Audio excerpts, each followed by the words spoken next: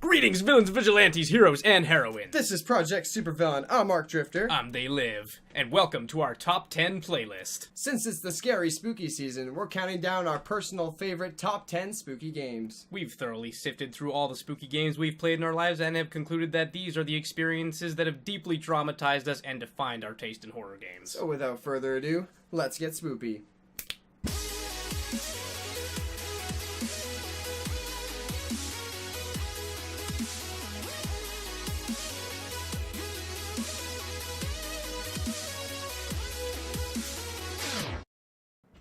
Number 10. The Evil Within. The Evil Within is The Matrix if it was a horror movie. Trapped in the mind of a twisted killer, Sebastian Castellanos, along with his partners Joseph Oda and Nicole Kidman, must find a way to escape the literal nightmare in which they are imprisoned. It's a third-person survival horror game in which the player must manage their resources and use a variety of tools and weapons to stay alive against a host of ghastly enemies. Players can craft resources and upgrade themselves using green jelly dropped by enemies once they are defeated. These skills will become necessary as you venture deeper into the hell of a tortured mind, and the game assaults the player with merciless challenges in the later stages. What makes this game so terrifying is in large part due to its setting, atmosphere, and intimidating foes hell-bent on your demise. Expect to see a host of zombies and other nightmare creatures on your daunting journey. The environments the players will find themselves traversing are inviting yet ominous, and retain a high level of detail and character in the decaying beauty of the level design. And being that this game takes place within the mind of a disturbed killer, any nightmare can become reality.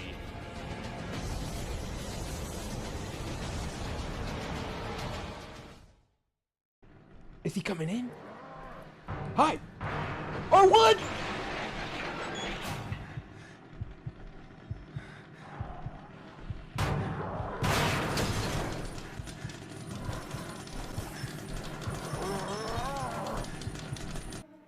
Number 9.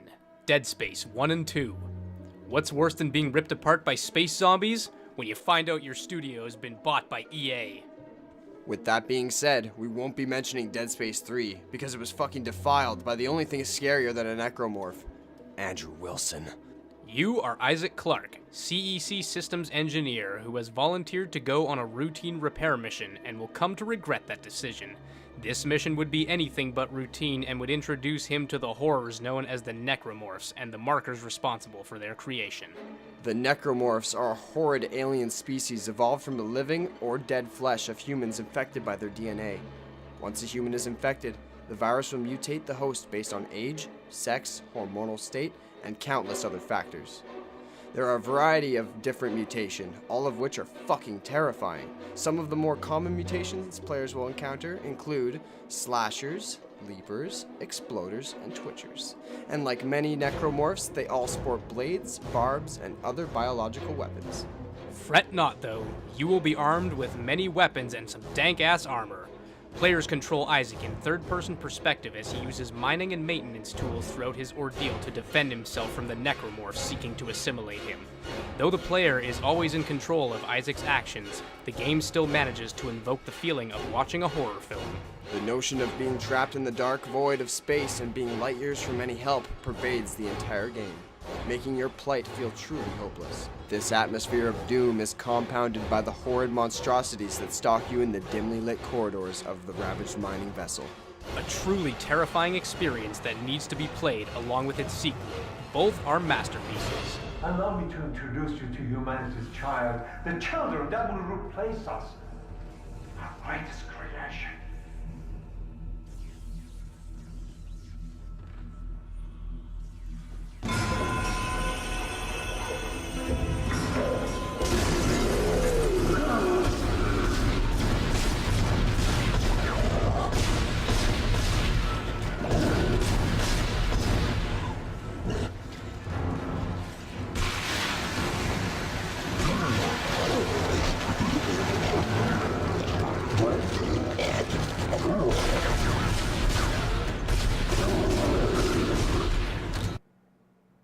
Number 8. Doom 3. After unearthing the ruins of an ancient civilization on Mars, the Union Aerospace Corporation uses knowledge found in the dig site to construct and experiment with teleportation devices. Soon after their experiments began, the UAC discovered that the portals they opened led to a terrifying realm of fire and stone, with hideous monstrosities inhabiting surreal landscapes. Or hell. That's pretty much hell. Disregarding their horrifying discovery and blatantly obvious warnings left by the Martians before them, the UAC continue their experiments, led by Dr. Malcolm Betruger. Betruger eventually becomes corrupted by the evil powers of hell, and unleashes its forces upon our dimension, opening the portal and stealing away the only safeguard which kept the demons at bay, the Soul Cube. It is now up to you, a lone Marine, to stop the invasion, seal the portal, and send every demon back to hell with a fistful of hot lead. Though it sports higher fidelity graphics and more modern features of its time, the gameplay itself hasn't changed much from the OG Doom series. Players will make their way through mostly linear levels, shooting Hellspawn, collecting ammo and medkits, battling against bosses, and hunting for switches or secrets. In addition to 9 devastating weapons, the player will also be granted the Soul Cube near the end of the game, an ancient relic built by Martians containing their souls, which the Marine can use to steal the life force of enemies for himself. Doom 3 also introduced the flashlight mechanic, where players are given a flashlight to illuminate dark areas, but at the risk of being unarmed, not able to wield the flashlight and a weapon at the same time. This could be changed with mods, however, as can nearly every aspect of Doom 3.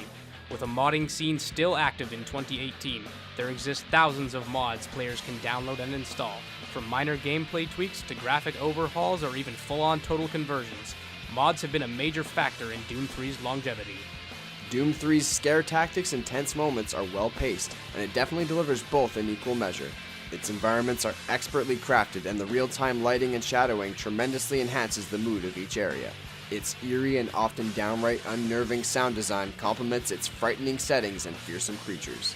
Doom 3 was a huge surprise, though somewhat of a shock for longtime Doom fans, and not just because of its detailed world, gorgeous lighting, or the uber 3D versions of Doom's beloved cast of enemies.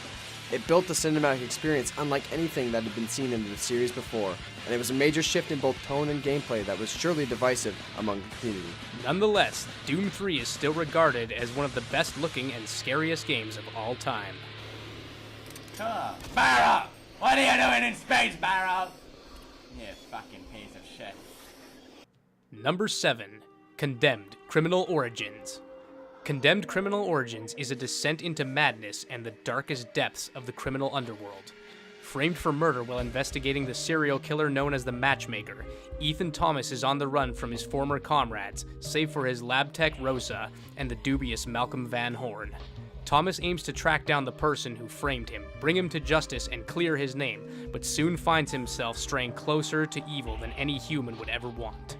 The first-person melee combat is clunky but satisfying while being fairly simple and easy to get the hang of.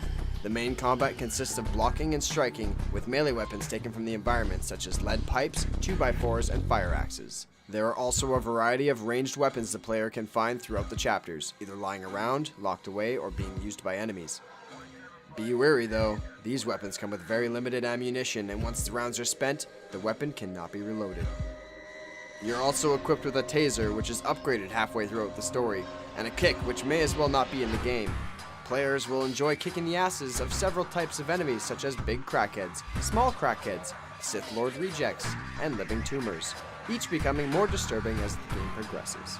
A very atmospheric game, each level in Condemned feels both unsettling yet realistic, making each dark alley and abandoned building feel like it could only be blocks away from your home.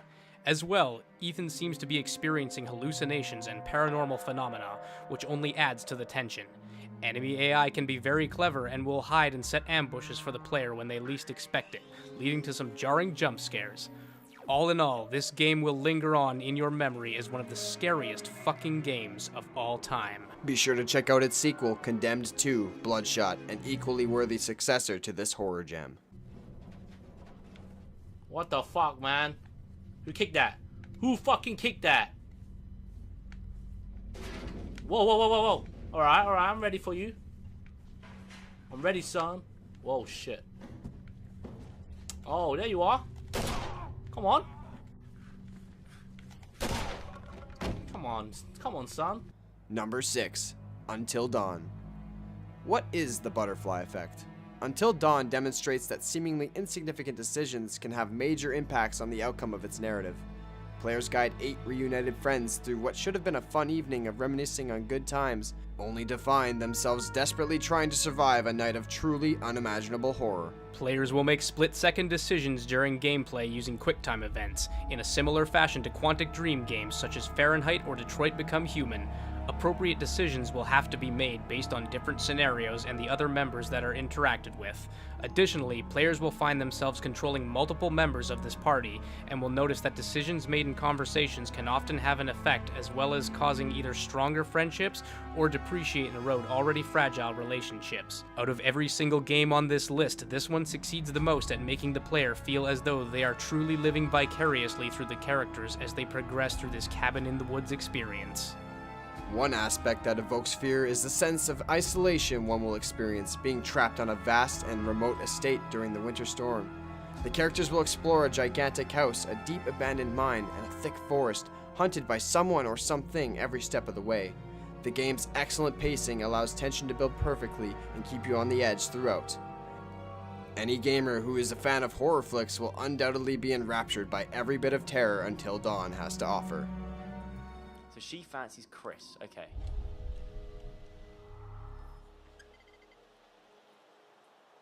Let's have a look around. What we got? Oh, hello. Oh, hello. Oh. Somebody's getting a little friendly. No. Not in the friend zone kind of way. And you're talking I to need to yourself check the expiration out date loud. on their big breakup. You're clever. They're gonna get it on. Number 5. The Suffering. Prison is hell, and the inmates of Abbott State Penitentiary on Carnate Island have come to realize just how close they are to the maw of the abyss. You are Torque, a man suffering from severe mental illness and sentenced to death for the killing of his wife and 2 sons. Torque is to spend his final days on death row in the infamous prison, but shortly after his arrival, a destructive earthquake rocks the island, as the evil it harbors can no longer be contained and erupts across Carnate, warping it into a malefic hellscape of ghastly creatures, hostile spirits, and much greater evils. The Suffering manages to balance action and horror perfectly. Though favoring the former, the many environments players will be traversing lend themselves incredibly well to the atmosphere in their own unique ways, instilling a sense of dread at every step. Players will be given an arsenal of outdated yet effective firearms and many different tools to use, such as dynamite, fire axes, and flashbang grenades. Additionally, Torque himself has a monster that dwells within him, waiting to be unleashed on his foes, and though powerful, it can also be dangerous, depending on how the player chooses to use Torque's greatest weapon, his rage. Combat will be the main focus of the game, but exploration, hallucinations, minor puzzle solving, and platform elements will break up the gameplay and add diversity to the experience. Despite its focus on action, the atmosphere that pervades throughout the game is superb, and no detail has been spared when it comes to both visuals and sound design, as every single area in the game resonates with an aura laden in foreboding. It not only features the ominous prison, but includes plenty of horror staples such as an abandoned mine and a haunted mansion. This is to say nothing of the abominations that mercilessly hunt Torque and the other inmates, hell-bent for bloodshed. Each monster encountered is a twisted representation of a crime or evil act that has been committed on Carnate Island, manifesting into reality following the cataclysm. As players delve deeper into this hell, they will uncover the fascinating yet grim history of the island through both journal entries of creatures written by a fellow escapee and a scrapbook detailing the locations and long past events on the haunted island. Though it's over a decade old, being released in 2004, The Suffering still holds up as one of the most uniquely terrifying games ever made.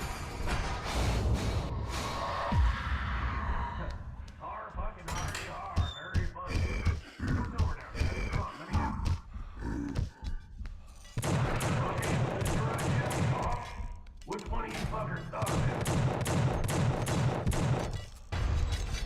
Maybe a new jack, but you think I was born yesterday? I'm not scared. Number 4. The Outlast series. Taking inspiration from similar horror titles like Amnesia: The Dark Descent, as well as numerous horror films, the Outlast series is a much grittier and darker take on a brand of survival horror popularized in the early 2010s. Each game follows a journalist armed with a video camera and nothing else, as their attempts to uncover the truth behind their investigations lead them into a desperate fight for survival against the truly wicked and insane. The first game will have players investigating Mount Massive Asylum after freelance journalist Miles Upshur receives an anonymous tip of the appalling experiments being performed on its patients. Miles, determined to expose these experiments, travels to the asylum only to be ambushed and trapped within its old corridors. Now, hunted by its hostile inmates and something that appears to be a supernatural enemy, Miles' only goal is to escape. But of course, that will prove daunting as each path is laden in danger and peril. The second game is set in rural Arizona, somewhere deep in canyon country, isolated from civilization. This time, playing as cameraman Blake Longerman, players investigate the murder of a Jane Doe along with Blake's wife, Lynn Longerman. Disaster unfolds and suddenly Blake finds himself separated from Lynn, with both of them being caught in the crossfire of a holy war between two cults of pure insanity. Miles and Blake both suffer from little bitch syndrome and are incapable of defending themselves even when it is desperately required of them. Often, the player will find themselves in very compromising and terrifying situations with no options but to run or hide from your foes.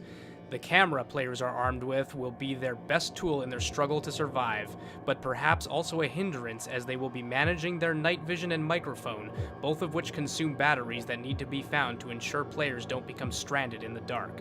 Puzzle solving and clever AIs will keep the players on edge as they attempt to outlast the horrors they will encounter. To sum things up, these games display all of the best traits of most horror games, like atmosphere and a constant unnerving presence of looming danger, with each step bringing the player closer to the frayed ends of sanity. Peaceful journey. It's like, yeah, this is the first. Why? Oh, wow, as soon as he said it. I was fine. Oh shit. Hey guys, I can see. Gotta Ow! run. Oh, there's another fuck. person. Better Okay, there's a fucking person run. behind me. Just, like, These guys are not happy. yeah, you should focus on running. Oh my shit. god. Dude, that's creepy. Oh no, not the Uh-oh. tongue monster. Oh, well. Number 3, Amnesia, The Dark Descent. You can't have a top 10 horror list and not mention Amnesia. Though its predecessors, the Penumbra series, pioneered many of Amnesia's mechanics, Amnesia was the game that hit the sweet spot and became a cult and YouTube sensation that rekindled interest in survival horror. The game follows Daniel, a man who awakes on a dark night in the corridors of Castle Brennenburg, stricken with amnesia from a potion and only a note from himself to guide him. Stalked by an unstoppable evil force and driven by revenge, Daniel descends into the depths of the castle and, in turn, the darkest recesses of his own mind. Like Miles and Blake from the Outlast series, Daniel is also kind of a bitch, and is unable to muster the courage to even throw rocks at his enemies. Most of the game will be spent solving puzzles, traversing ever darker, maze-like dungeons, all while fleeing and hiding from the Gatherers, the malformed and monstrous servants of Alexander, the Baron of the castle. As players navigate the pitch-black dungeons, they will be managing resources like matches and lantern oil to light the way, which is especially important, as staying in the dark too long will deplete Daniel's sanity. As well, laudanum can be acquired to mend Daniel's mind when he is slipping into the darkness. Though a haunted castle is nothing new, Amnesia's setting of Castle Brennenburg gives us a lot of mileage, taking us from the elegant yet eerie corridors above ground to its claustrophobic dungeons beneath, all painstakingly crafted and detailed to make each environment feel immersive. Sound is expertly applied, as chilling ambiance blends with the distant moans and horrid sounds of monsters and tortured souls echoing through the dimly lit passages. It may be almost a decade old by now, being released way back in 2010, but it's a damn fine horror game, and no one will forget Amnesia anytime soon. Oh shoot, I think he saw me. Oh frick! He's not supposed to help! He's not supposed to fight! Oh no. I'm dead. I'm dead. He's not supposed to be able to do this. I'm not used to him being able to know where I am. Okay, okay. Basically, we're just gonna run. We're gonna run. Freaking dead. He hurts. He hurts. Number 2, Resident Evil 7. If horror games have taught us anything, it's that receiving letters from dead loved ones is usually a setup for some kind of horrifying misadventure. Yet year after year, horror game protagonists the world over answer the call of the deceased and suddenly find themselves struggling for their own lives. Such is the case with Ethan Winters, who, after receiving a letter from his wife he presumed dead, travels to a bayou in Dulvey, Louisiana to search for her. His search quickly becomes a desperate bid to survive captivity of the Bakers, the insane family inhabiting the mansion and property Ethan is trapped within. With the help of a mysterious woman named Zoe, Ethan sets out to save his wife and escape the Baker estate together. It may not be the first Resident Evil game to do it, but Resident Evil 7 makes a dramatic and divisive shift away from third person to a first person perspective, which was implemented to provide a more immersive and personal horror experience. Otherwise, Resident Evil 7 is a return to form for the series, ditching the heavy action focus of the last 3 games and delivering a more subtle and well-paced game with excellent writing. And don't forget, this game's also available in VR if you're feeling extra brave. Being careful to manage your ammo, healing items, and other necessities will be paramount in how easy or hard your playthrough will be. As with the original trilogy, players will be able to freely roam the mansion and its grounds as more and more areas open up, with the player unlocking doors and bypassing barriers. The gameplay loop will feel very familiar to longtime fans of the series. Save points are now in the form of cassette recorders, and item boxes have also returned, adding those finishing touches to really make it feel like a true Resident Evil title. While the setting is similar to previous games in the series, the mansion and its surrounding buildings and areas are given more than enough character to distinguish themselves from other titles' locations and become just as memorable as the Spencer Mansion or Salazar's Castle. Every area is rich with an overtone of dread. Basic enemies leave much to be desired when it comes to being frightening, but this is made up for tenfold by the trio known as the Baker family. Twisted and impossibly insane, these near-invincible stalkers will ruthlessly hunt Ethan down as he attempts to escape their estate.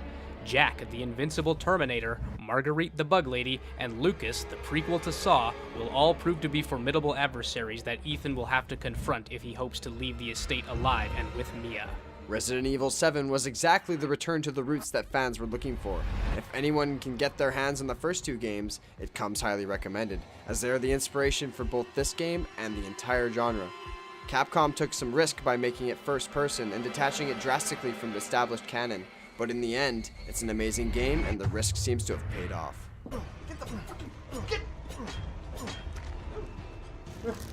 Please! Please! I didn't want to do this! Oh, God! There's too many great horror games out there and just not enough space in a top 10 to fit them all. Though these ones didn't quite make the cut, they are still fantastic horror games that should not be overlooked. Without further ado, we present to you our honorable mentions. Little Nightmares. Little Nightmares is a very mysterious and ominous platformer that will leave the player in a full clench mode throughout its entirety, while putting the player in precarious situations that will always leave them in speculation. Though not a very long experience, it is definitely impactful. Metro 2033. Based on novels by Dmitry Gluchowski, Metro 2033 is a post-apocalyptic survival horror game taking place in Russia and the metro tunnels below. It features many elements of both horror and sci-fi, as well as vodka. An epic horror experience that shouldn't be passed up. Parasite Eve 2. Step into the shoes of Aya Bria, a federal agent with a pretty troubled history. If you haven't played the first game, we recommend that as well, but the second game takes the cake when it comes to quality. This game is a survival horror / RPG hybrid, something that was not seen often back in the day. The player must fight their way through mutated humans and animals, using guns as well as abilities that can be learned by the player as they upgrade their skills and techniques. Remember, the mitochondria is the powerhouse of the cell. Number 1. Silent Hill 2. Our dreams and fears can come to define everything about us and our world, and nowhere is that truer than in Silent Hill. Nestled on the shores of Lake Toluca in Maine, the quaint town of Silent Hill appears placid and serene, but harbors an ominous secret. The town calls to those with darkness in their hearts, guiding them into a personalized purgatory, inescapable lest they conquer the corruption in their souls. In Silent Hill 2, it this time beckons to James Sunderland, a broken man who travels to Silent Hill after he receives a letter from his long-dead wife, to come to the town and find her in their special place. Though wary that something isn't right, James's love for his wife and the scars of his troubled past will steel his resolve as he embarks on a horrifying journey into a hell of his own making. Like most other survival horror games, Silent Hill 2 is played in third person, with players controlling James in a similar fashion to Resident Evil. Common tropes of the genre such as puzzle solving, key hunting, and inventory management are present here, though puzzles and riddles are often uniquely twisted, befitting of Silent Hill's morbid undertones. Navigating the maze-like levels will prove to be challenging for those new to the series, with levels and puzzles seemingly being more cryptic than in other games in the genre. And with 7 unique endings to receive upon completing the game, this game will surely warrant a replay. Silent Hill 2 tops our list of scariest games, not for its jump scare moments nor its grotesque imagery, but for the sensation of absolute hopelessness and impending doom that looms over the entire playthrough. A dismal and murky atmosphere, colorless fog and decay surround the player at all times, and the encroaching darkness of the otherworld is a constant reminder that nowhere is safe. You can never hide or run from the shadows you harbor within yourself. It all culminates into an emotionally impactful epic that will leave players both feeling traumatized, yet triumphant. Here's hoping that someday Silent Hill will return to the glory of its halcyon days. This is when shit starts to get a little more fucked up. Like, things start to, like, slowly pick up. Like, it's just, it gives you... Uh-oh. Who's that? Oh. Who's that? Holy shit, I don't know. Is that Pyramid Head? Uh-huh. Couldn't even see, could look like a woman at first. I know, and that's the thing, like, you're just looking at it, like, when you first play this, you're like, what the fuck is that?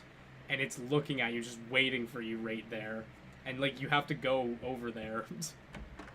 And that concludes our list of top 10 spooky games. We hope you enjoyed the video. If you did, be sure to leave a like. If you disagree with any of our picks or have your own to add, leave a comment down below. We'd love to read it. If you want to see more of our gorgeous mugs, be sure to follow or subscribe on Facebook and YouTube, or to catch some live gameplay, follow us at twitch.tv/ProjectSuperVillain, where we're live every day. That's the end of the video, so thanks for joining, thanks for watching. Project dismissed.